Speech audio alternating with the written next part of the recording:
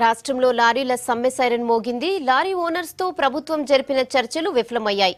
డిమాండ్లపై సర్కార్ స్పష్టత ఇవ్వకపోవడంతో ఆందోళన బాటపట్టారు లారీ ఓనర్స్.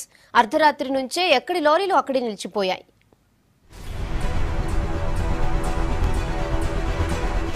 రాష్ట్ర వ్యాప్తంగా అర్ధరాత్రి నుంచి లారీల రాకపోకలకు బ్రేక్ పడింది.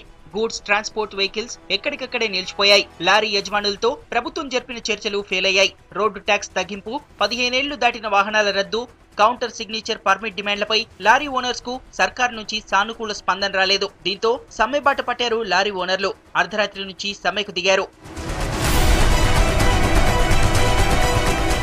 గత జూలైలో ప్రభుత్వానికి సమస్యలు వివరించామని, ఏడాదైనా ప్రభుత్వం నుంచి స్పందన రాలేదంటున్నారు లారీ ఓనర్లు. 2 తెలుగు రాష్ట్రాలు వేర్వేరు పన్ను విధానాన్ని ఫాలో అవుతున్నాయి. అయితే పన్ను భారం తగ్గించాలని డిమాండ్ చేస్తున్నారు లారీ ఓనర్లు. గతంలో 23 జిల్లాలకు చెల్లించిన పన్ను ఇప్పుడు 10 జిల్లాలకు తిరగడానికే చెల్లించాల్సి వస్తోందంటున్నారు. ఇది తమకు భారంగా మారిందని వాపోతున్నారు లారీ ఓనర్స్.